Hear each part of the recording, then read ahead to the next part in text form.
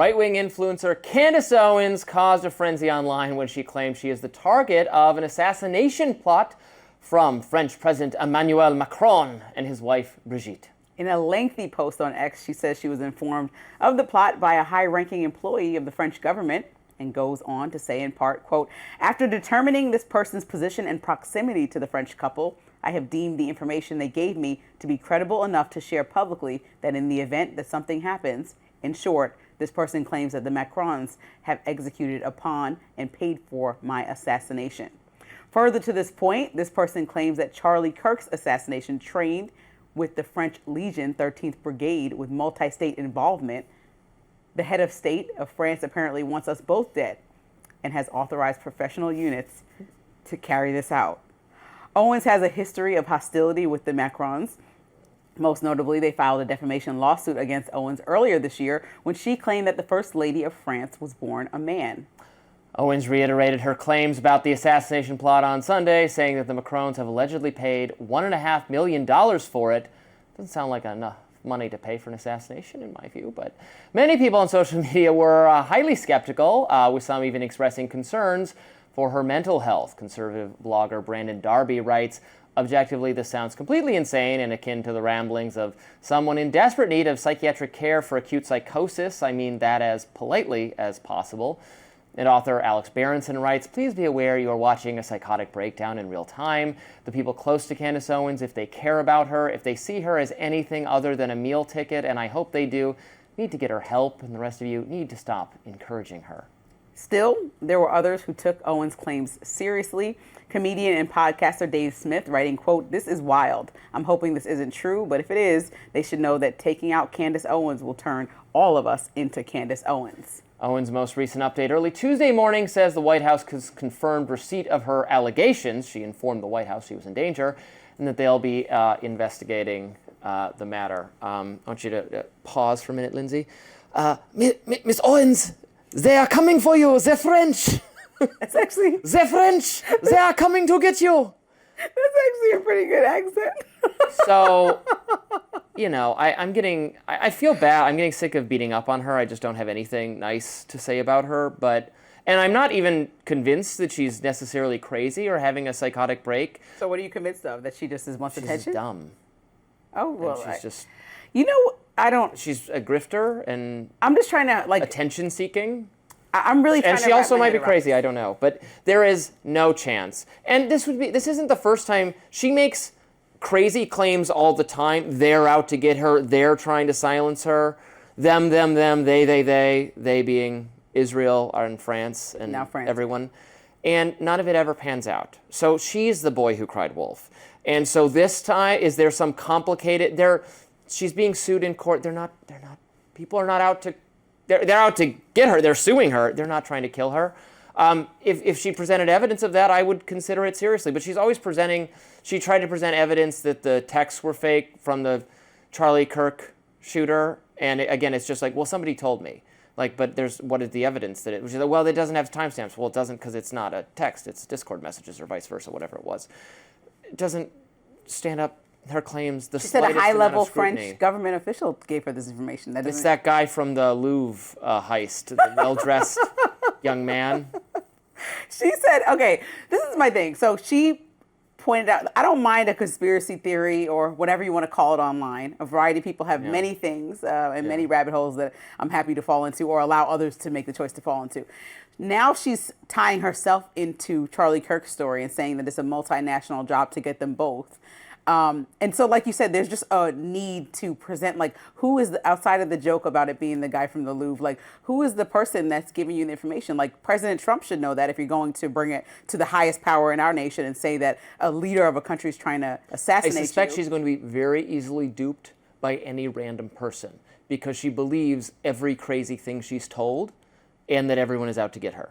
Well, okay, she has 5.5 million YouTube followers, 7 or more million followers on X. So I always try to wrap my head around who the audience is that's propelling her. It's not all foreign bots, like I know you pointed out in our first segment. And it's certainly not a bunch of Democrats or liberals. And then now it seems like it's certainly not a bunch of conservatives because Amber, who I speak to, who identifies as conservative, and then you identify in your own bucket, but you know, none of us have any respect for and Candace. nobody really likes her. And then all these people are tweeting about how she's just having a mental health breakdown. So I'm just trying to understand who she's speaking for or to with all these, like, who even called for a deep dive into whether the first woman of France is actually a born, like, this is all just odd people rabbit who believe holes in astrology, people who believe the earth is flat. Excuse me, astrology, earth is flat is not the same thing. Yeah, astrology is astrology and the earth nonsense. is flat. Now you're offending me because I like astrology quite a bit. And I don't believe the earth is flat, and I also don't care what Macron's wife is doing. Yeah. Okay? I just think that Candace Owens, it's the one point that stuck out to me is that somebody who posted in the comments was like, whoever's around her and allowing this to play out in real time, you don't think it's a mental health breakdown. I'm not sure. I don't know whether it is, because I don't just spout off unfounded allegations. I don't know that she's having fine. So she might be fine, but if this is odd behavior to her husband, who I assume when your husband knows her most, and if she has a family around her, I would wonder why everyone constantly is just parading and like rallying around her behavior that constantly seems a little bit erratic. I don't know if this is her normal behavior. Some people just are that way. I don't actually know, or you have maybe had a dialogue with her, but I just think that this is something that people should be concerned about. If she really is concerned for her safety, they should look into this and get this to the right evidence to the right people. So she is, and if she's speaking of wasting mind, the Trump administration's time, she has gone to the government and said the French are trying to kill her. Right, and if they actually are, then this is a huge deal. If the French government is trying to kill Candace Owens, this is and she has any speck of information that Charlie Kirk's assassination was done by anybody other than the shooter that we have arrested and behind bars, then that is also a huge story. Mm-hmm. But since she's been talking about it for about 2 months now, we haven't seen anything come out that would, unless there's a huge cover-up trying to protect all the people involved and the whole countries, multinational, like she said, that are involved. I think this is getting a little bit out of hand, even for somebody that doesn't mind. There's just not a shred of evidence for any of it. Like you said, good. I'll ride your little conspiracy rodeo. I love a good conspiracy theory. Sometimes things that sound crazy end up being true. The government lies to us all the time. Other governments lie to us all the time. Israel has spied on the U.S. They had, I don't know why, Mike Huckabee had dinner with a convicted spy who had spied on the U.S. Who was of Israel. So it's not because I believe that all foreign powers have our best interest at heart, or our own government does. That's not at all what I'm saying.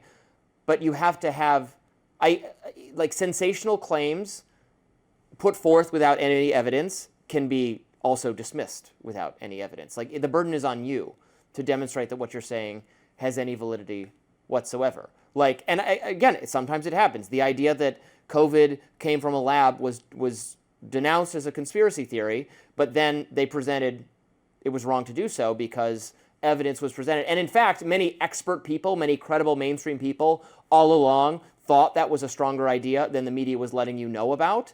It wasn't that just crazy people thought the other way. There were a lot of credible mainstream scientists who also thought that and were silenced by the administration, by Fauci acolytes, which was a huge mistake, by mainstream media going along with them. But evidence was suggested to lead us to that conclusion, to lead us to the conclusion that the Department of Energy and the FBI and the CIA and others have made. Where's the evidence here? Where is a shred of something that would indicate that it was not the guy they have in custody who shot Charlie Kirk, that it was actually the government of Israel? Why? What do they gain from that? What is you have to get us not all the way there in order to ask more questions, but to move us even a little bit in the direction we need something to go off of. And she has nothing. And the people in her corner have nothing. Right? Tell me I'm wrong. Show me something contrary to it. They don't have it. As costs for a college degree continue to go up, it may soon be harder for some to receive enough federal student loan money to complete that degree after the Department of Education handed down new rules last week regarding which degrees are considered professional and which aren't. This all goes back to the big, beautiful bill passed earlier this year that stipulates only, quote, professional degrees are eligible for higher federal student loan limits, and those that are classified as professional will be capped. That has some major industries sounding the alarm. Under the new guidelines, degree paths like nursing, education, architecture, social work, and accounting are not considered professional degrees. And as Jennifer Mensick Kennedy, the president of the American Nurses Association, explains, that could have ripple effects. They capped at $100,000 lifetime, $20,000 per year. And so nursing school does cost much less. Only federal loans qualify for repayment programs, such as public service loan forgiveness and some of those rural health loan forgiveness programs, where we have nurses, advanced practice nurses, going into rural communities and serving for so many years to get their loans repaid. Only federal loans qualify for that. So if some individual needed to get private loans, it would not qualify for any of those repayment programs. This is devastating. Following the announcement from the DOE, many on the left have taken the internet to express their outrage. Connecticut Representative Joe Courtney writes on X, in part, at a time when our country has a shortage of nurses, the Trump Department of Education's new rule excluding nurses as a, quote, professional degree will suffocate entry of RNs, nurse practitioners, and physician assistants into our hospitals, clinics, and healthcare system. It will deny students the opportunity to pursue rewarding careers and is an insult to every hard-working nurse who cares for, heals, and consoles patients every day. And Democratic Senate candidate for Kentucky, Amy McGrath, wrote in her own post, programs being excluded include many fields dominated by women, like healthcare, counseling, and social work. This isn't a coincidence. This is a way to quietly push women out of professional careers. Limiting who can pursue advanced degrees in critical professions will only deepen the workforce shortages we're already facing. But Professor of Education Policy Studies at Penn State, Kevin Kinzer, argued to Newsweek that there may be a fiscal advantage to the new rules, saying, quote, it is to limit the exposure of the government to loans that will not be repaid, whether because of default or through public service loan forgiveness policies. So the list includes professions that generally result in high salaries and neglect professions that have lower earnings or less prominence. As for the DOE, they're standing by the change, arguing in a statement it will pressure universities to lower tuition and not push students into excessive debt. The department is also addressing concerns from nurses, telling CBS that 95% of nursing students won't be impacted by the borrowing cap. Quote, as for the most expensive outlying 5%, of enrolled students are grandfathered into current lending limits to ensure there are no barriers to completion. The new classification is set to take effect starting in July of next year. I think this is absolutely called for. We can't have this system go on. The federal student loan system has to be significantly reformed, if not abolished outright. We are seeing very clearly what the result is. It's way too many people who have unsustainable levels of debt, particularly if they don't finish college. We are tricking them. We are saying, oh yeah, take out all this debt, go massively into debt for a college degree. And the colleges love this because that allows them to raise the price because it's not competing in a market system. Whereas if they charge too much, then you can go to some other college that charges less because the government's paying it on the front end. It's not till years later you realize, holy, can't say the word, I can't believe I have to pay this back. I'll never get a job that can pay this back. Then they're mired in debt. Being mired in debt is a bad circumstance. It affects you in all sorts of ways. And then you're reliant on the government to maybe forgive your loan. It's a broken system. You can't have the government subsidize the cost of it while also exercising no control over the price of the service. That makes no sense at all. It clearly correlates, and multiple studies have shown, it correlates with the increase in tuition. Universities can charge whatever they want because you're not paying it directly. You are paying it eventually, indirectly. It's a system that makes no sense at all. That's why I fought so hard against Biden's student loan forgiveness program. I understand that I feel bad for people stuck in this system, but you can't say we're going to do this one-off forgiveness and then keep the system intact that puts people in this debt. If you're saying this is a bad system and we've ruined so many people's lives, well then get rid of the system. How can you argue this? We'll be right back to having this many people in debt in a few short years unless you change the system. Well, I think that you're right. There is a problem with the system, but I don't know that starting with the federal loan program is the place to start. That's what causes the problem. No, the cost of college is the biggest issue in this whole entire circular issue here. Like, college is very expensive, and for people to try to achieve this idea of the American dream, it's completely unattainable. So when you start with cutting off and not labeling things like people who go to school for nursing degrees and things as not professional, now you're isolating an entire group of people that maybe perhaps it does cost too much for them to go to college and follow through their degrees, but now also we're making people not perhaps want to go into that field. And this is a struggling area where there's always a need for more nurses. There's always a need for more of these people in these fields. And we're kind of isolating them. Physician assistants, physical therapists, these are healthcare industry jobs that are always recruiting for the most part, particularly nursing. I know that for sure because there's constantly people and ads and everything that say at hospitals that are looking for nurses. So that should be obvious. And when we're facing national shortages, I don't know that to start with the people that are struggling the most with the financial debt to say, oh, well, we're going to not serve you anymore because to the right wing, I think, commentator that you read their quote that it's going to save money because they'll never pay them back. The issue is that they can never pay them back. Not that we don't want the same amount of nurses. We still want to keep those physician assistants and nurses and have people be able to pursue those things. But college has gotten wildly out of control and it's unattainable to the average American. Because of the student loan program. No, I don't know that that's the only reason that college is out of control. It's not the only reason, but I've seen studies suggesting it's responsible for as much as 50% so tuition has of doubled, the increased sticker tuition price. doubled in the last 30 years. Public university tuition's up 30% in the last decade. Yeah. Okay, many programs increase their tuition by 4% each year. Yeah. Is that necessary? Is that only because of student loans? And I think like if you cap it at a certain number, then that's where we can start to make change. Like, what are these colleges? They're now asking for federal funds, which I know that you criticize all the time. They're now asking for donations because I get an email every month from Temple University. I don't know about your school, but for most part, University of Michigan. Oh yeah, alumni services. And I know plenty of alumni are giving millions of dollars. Those panhandlers can move right along. They're not going to. You don't give a dime? No. Did your college not change your life? Oh, God. I have no mockish sentiment. I liked the University of Michigan. Go Blue. I root for the Wolverines, but they don't need my money. They're getting government money.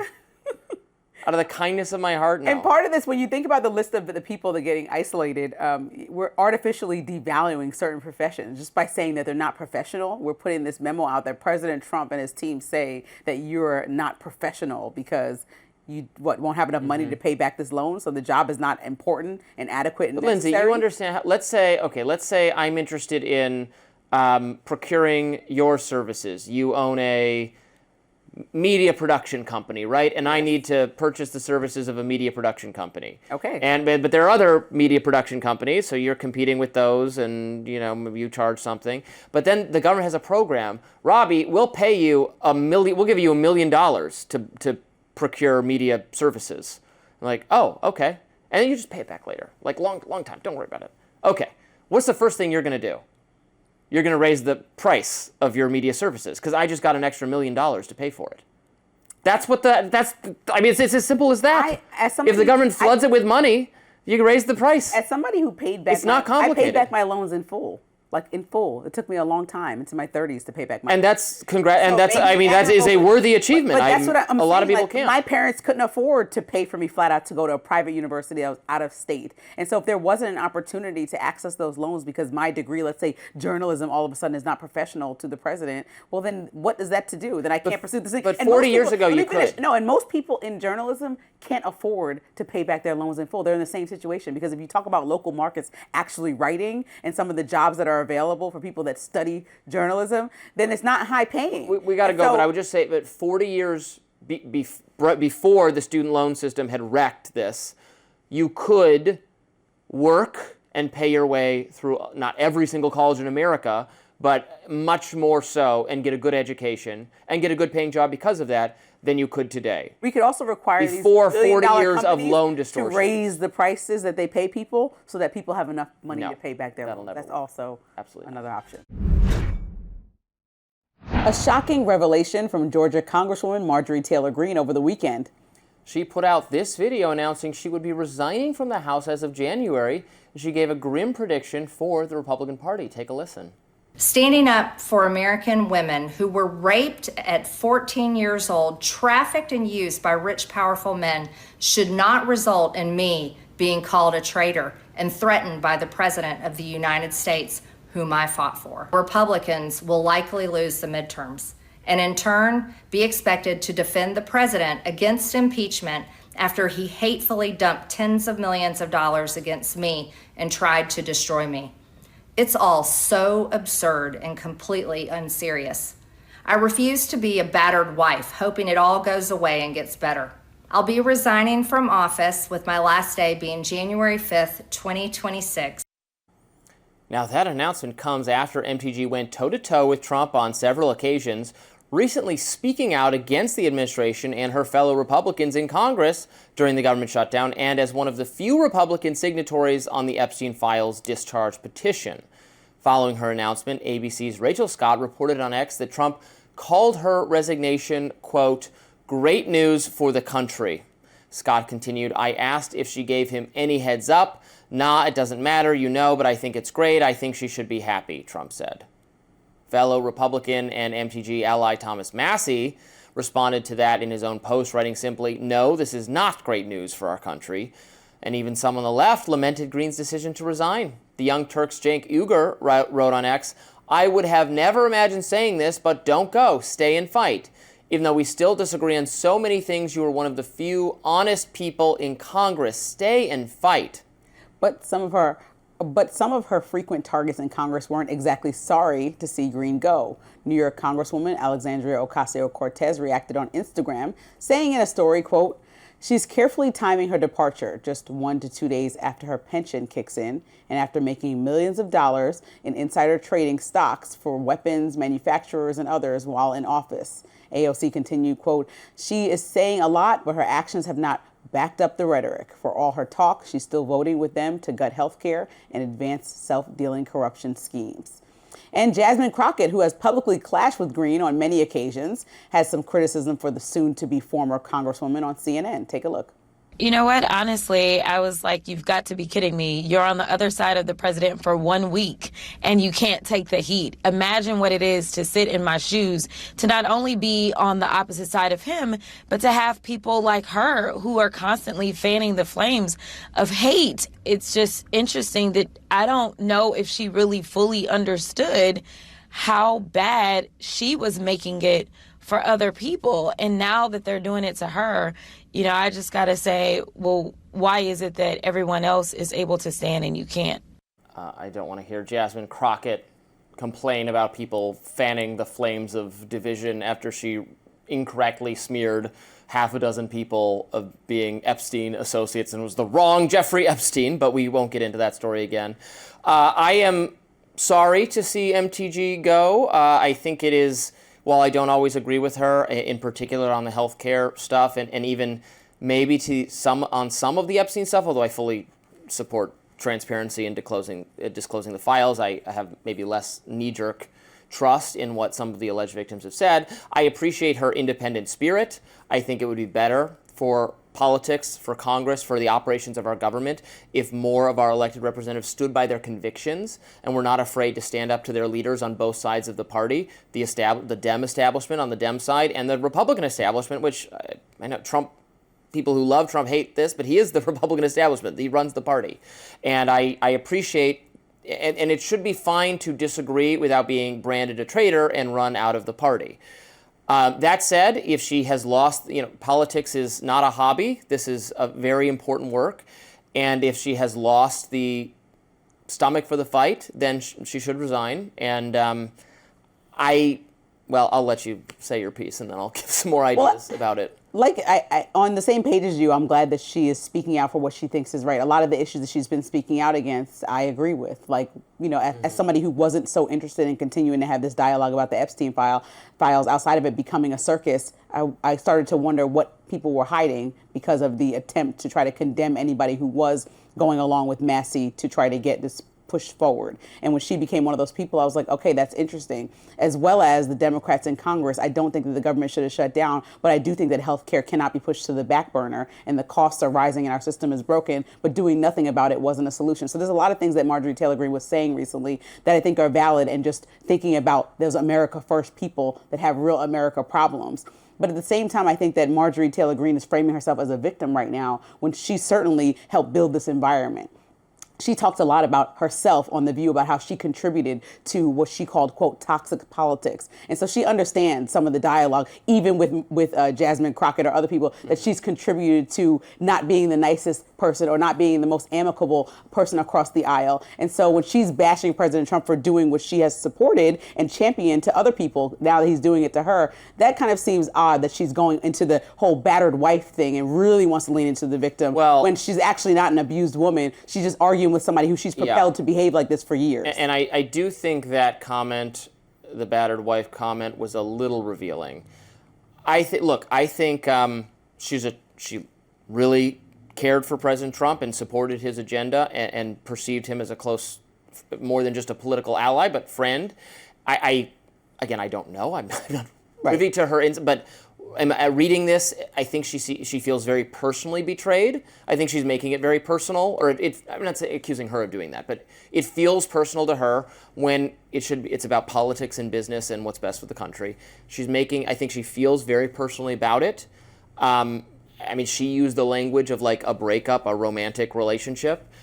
I think she's hurt, and with her feelings so intermingled in where she's at politically, maybe then the best thing to do is to not be involved in Congress. If you know what I mean, if you're mixing the two things together, it's clearly not a good place for her. And kudos to her. I think she's recognizing that this participation in what's going on is not healthy for her, and she's deciding to get out. So fair enough. That's perfectly fine.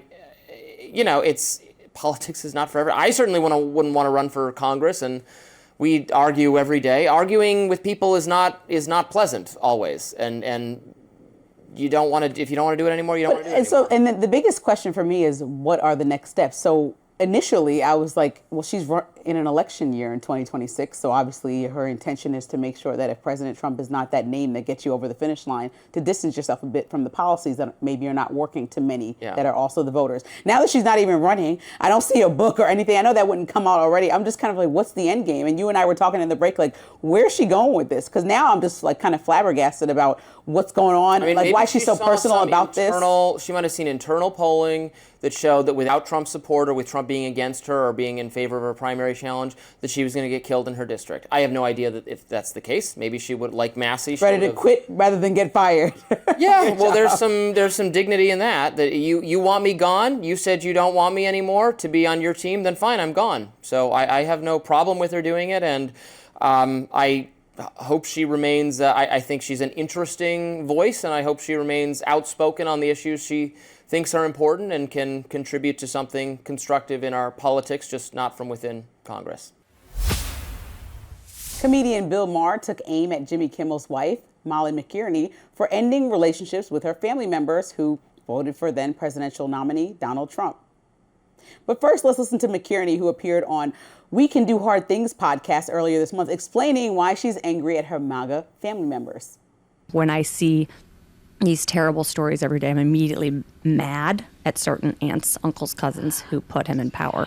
And it's really hard. And I wish I could like deprogram myself in some way, but I get really angry. And I've sent many emails to family like right before the election saying, I'm begging you, here's the 10 reasons not to vote for this guy. McNerney's comments received backlash, particularly from Real-Time host Bill Maher, who blasted Kimmel's wife for giving her Trump-voting family members what Maher described as an ultimatum on politics. Molly McNerney, Jimmy Kimmel's wife and head writer, went public on this topic recently, so I feel it's fair to comment respectfully in public. She says she's lost relationships with relatives because she wrote them an email before the election with 10 reasons why they shouldn't vote for Trump, and some still didn't obey. So, 10 reasons. I could think of 100. Here's some more from Maher.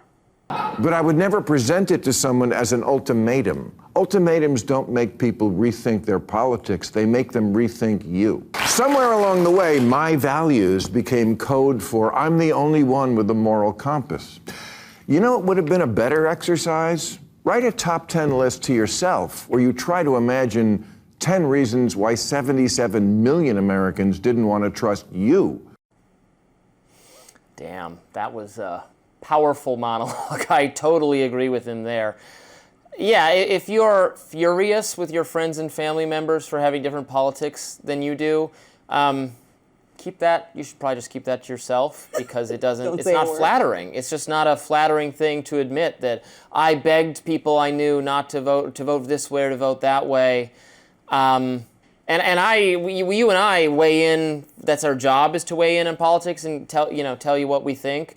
So hopefully you care what we think, or if you don't care, then you shouldn't watch really. But I don't, in like my personal capacity, is if somebody asks me what friends and family, well, what do you think about this? I talk to them about politics because it's my job, but I'm also just as happy to not really because it's work. Yeah. And when I'm not working, on air. I'm happy not to talk about politics. I'll let you bring it up if you really want to. And if you ask me what I think, I'll tell you and why I like this about Trump and don't like this about Trump. But I'm just as inclined in my personal life to say, well, what do you think? Because I hear myself talk about it all day, and I get sick of listening to me talk about it. I talk about it now on so many different programs. I think I've said this before. I said it in my holiday monologue. Using the power of time travel, I'm going to do a monologue on this at some point in the future. It's not happened yet, but I have a premonition that I will do one. What your radar might be about how we should learn to set politics aside more often in our personal lives, in our entertainment, in our cultural engagement, and that we be healthier paying less attention to politics.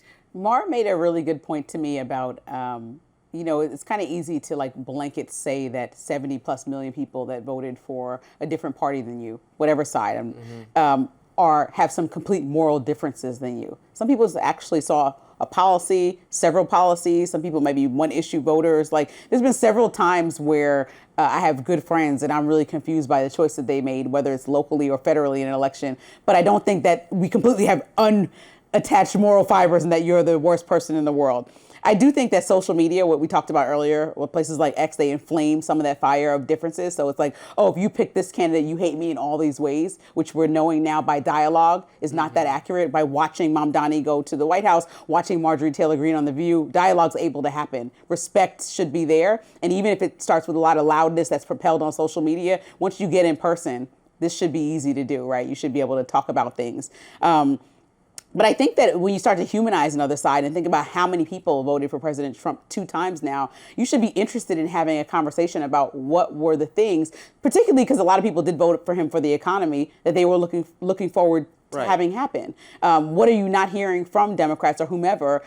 How are you struggling? And I think that is the principal thing that a lot of Democrats miss. Because people vote in their own interest. I know I have a close family member who has been a Republican all his life, but doesn't particularly like Trump, finds Trump obnoxious, some of the behavior. It's not a member of the Trump cult or whatever, might not vote for Trump, but is voted for Trump every time because the Democratic policies on real estate and banking and some other things would just make the business he works for the regulations are burdensome for the business. So got to vote for Republican.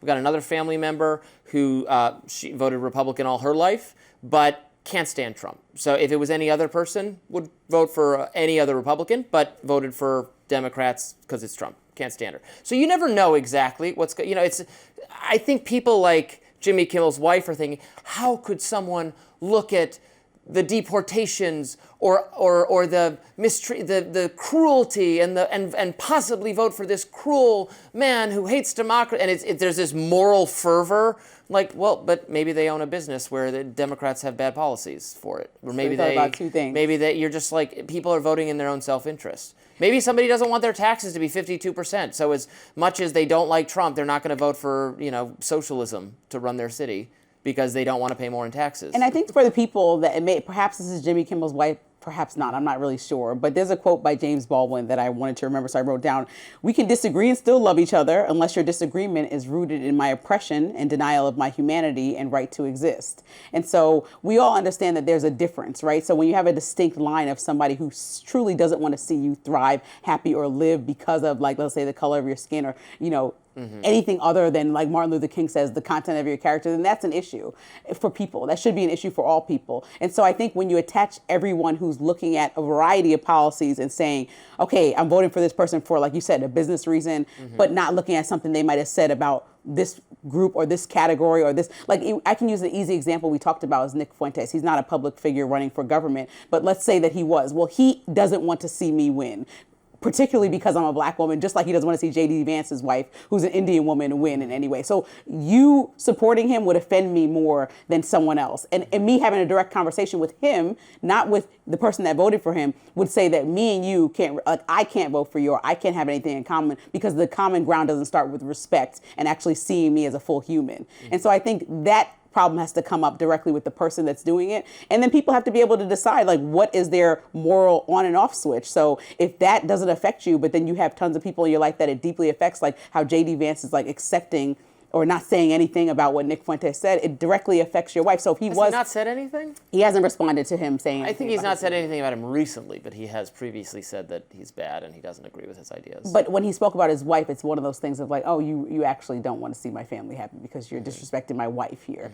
And so I think that those are one of those times where you're like, well, no matter what office he ever ran for, not good for me, because you don't have the common lack of respect for just a person because of the way that they descended from. And so that those things come up often in our politics. Hopefully it's all just Twitter bots from other countries. But we're going to learn more about who's bringing those things up. But as you vote for politicians, when you're missing some of those key things that just try to deny people's humanity, then that's when I think people can start to get riled up and say, well, do you not see this? And that's when a conversation is warranted with your friend that may have a business, but they don't see these 5 ways that you will completely be sabotaged by this But policy. the Jimmy Kimmel's wife, who I guess is not just like some random person, not to pick on her, but is the head writer for his show.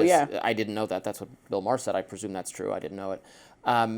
Is acting as if all the relatives, by voting for Trump, are indistinguishable from Nick Fuentes or whatever, right? It's projecting that rationale onto it when it's not. It's not that they're racists and anti-Semites and that they think Trump is an avatar of that. Trump has decried those ideas any number of times. You can disagree with his policies, but that's not what it's about for him. It's about, he thinks, making America stronger and more secure, and we can disagree about how to do that, and we do disagree about how to do that. I just think it's not helpful to be so worked up about politics in general, and people should try to put it away. Yeah, family is forever anyway. So, politics change and cyclical. People might be, I remember people were calling Bush the worst of times. And now it's like Bush is sharing candy with Michelle Obama and he's so nice. And like, and people many Republicans think liberals don't mean it when they're like, this is the worst thing ever. The next thing, no, this is the worst thing ever. We missed the last thing. It's like, okay, I bet you'll, and then under President J.D. Vance, you'll fondly, they're already gearing to, you'll hear, I heard Jen Psaki say it on TV, Vance is actually more extreme than Trump, and he'd be worse than Trump. So they're already mentally preparing themselves to miss Trump when Vance is, when or if Vance is president. That's a Thanksgiving surprise, everybody missing President Trump, but we'll see. Because I remember the last election, there was a bit of fatigue when he left. That's why Biden won. But we'll see. Comedian Bill Maher says he's very frustrated with mainstream media's liberal bias. Club Random podcast host Bill Maher sat down with Lara Trump, and they found common ground trashing the old media while praising CBS's Bari Weiss. Let's take a listen. I find it very frustrating that I cannot get the full story anywhere in the old media. It's very, I love the new Free Press. Mm-hmm. My girl Bari Weiss has started that. Now she runs CBS. Yeah. And, you're seeing a change there that's more fair. Very positive. I've been very tough on the media and Do you like their biases, and I cry no tears. We're losing NPR and PBS. Yeah, don't cry any tears over that. I don't. The duo discussed how Russia and China are using the internet to, quote, foment anger among Americans online. Let's take a listen. Lots of Russians who were purposely putting stuff on the internet that weren't directly pro-Trump always. They were just designed to foment anger in America. They were just things to get people fighting. I don't give any quarter to the leftists who just constantly downgrade America. It's another reason why they hate me. This is what I said to him your father in the text. It's like, if I'm so captured by the lunatic left, why did they hate me too? Bill Maher and President Trump's daughter-in-law mentioned Michelle Obama in her comments that America is not ready for a woman president. Let's also listen to that. It's not a scientific fact that the two women who the Democrats ran lost because they're women, which is exactly what the premise of your comment is. We ran women and they didn't win. I hate the idea that anything is centered around being a woman. What I would love is for a woman to run for president and literally, Bill, never talk about the fact that she's a woman. Because guess what? Who cares? You either have ideas and policies that matter and that are going to be effective, and you prove that you're a good leader. Right. To her point, well, to both of their points, the fact that the two women did not win is not actually a scientific experiment, right? It's not statistically significant enough to say that a woman can't be elected president or has some kind of handicap. It could just be the strength of those candidates was not particularly good. Two things can be true at once. I think also President Trump being the person that the women are going against, he was an anomaly of a president. Put those two women up against anybody else in the Republican Party, I think they confidently. Oh, you think so? Yeah, I think that's my take though. But I'm not positive. President Trump has defied all the odds of what we understand of a normal candidacy and race to run on, and so we can't ever say. But I guess we'll see in the future, right? After this Trump era is done, which the chapter will be closed in a couple of years, whether you're happy or sad about that, it'll be closed, and we can see how a woman fares in a normal, sane election against America. I don't think we're ever going to have. And that could be on the, because I actually really like again. Nikki Haley as an option for a candidate. And I know she had a lot of support within the Republican Party. It started to wean away as we got closer. Yeah, she's kind of more of an old guard Republican, more of a Bush era Republican. I don't think we're ever going back to that, personally. The Republican Party has a lot of soul searching to do. Speaking of the Barry Weiss part, though, I do think that it's important to look at, and I talked about this a lot because of what she's done on her own, to figure out how CBS can catch up, and not even catch up to the other two channels that they're in third place behind, which is ABC and NBC, but more importantly, catch up to what we're doing today, keep up with new media. When you have somebody who created an economy in the way that she did, I think it's worth adding that voice to the table, and they certainly didn't take anyone away from the table in the conversation. They still have a president of news at CBS. They still have leadership. It's not like Barry just waves the wand and anything happens. It's not like anything has changed. Yeah, I don't. So far. Nothing much has changed, but also it's good to have another voice at the table. I don't think you need less voices. I think you need more to figure out how to. There's a lot of furious liberal projection on what's going on. That all of a sudden it's going to be just conservative or pro-Trump propaganda, which makes no sense because the free press does criticize Trump on foreign policy in particular. So the idea that there's going to be some mono perspective that's Barry Weiss's perspective, that's all there is at CBS, just doesn't. It doesn't make any sense to me. Maybe it'll happen, but they're projecting that that's going to happen before we've seen any evidence that it will take place. Yeah, it's been 2 months now? Yeah. Yeah.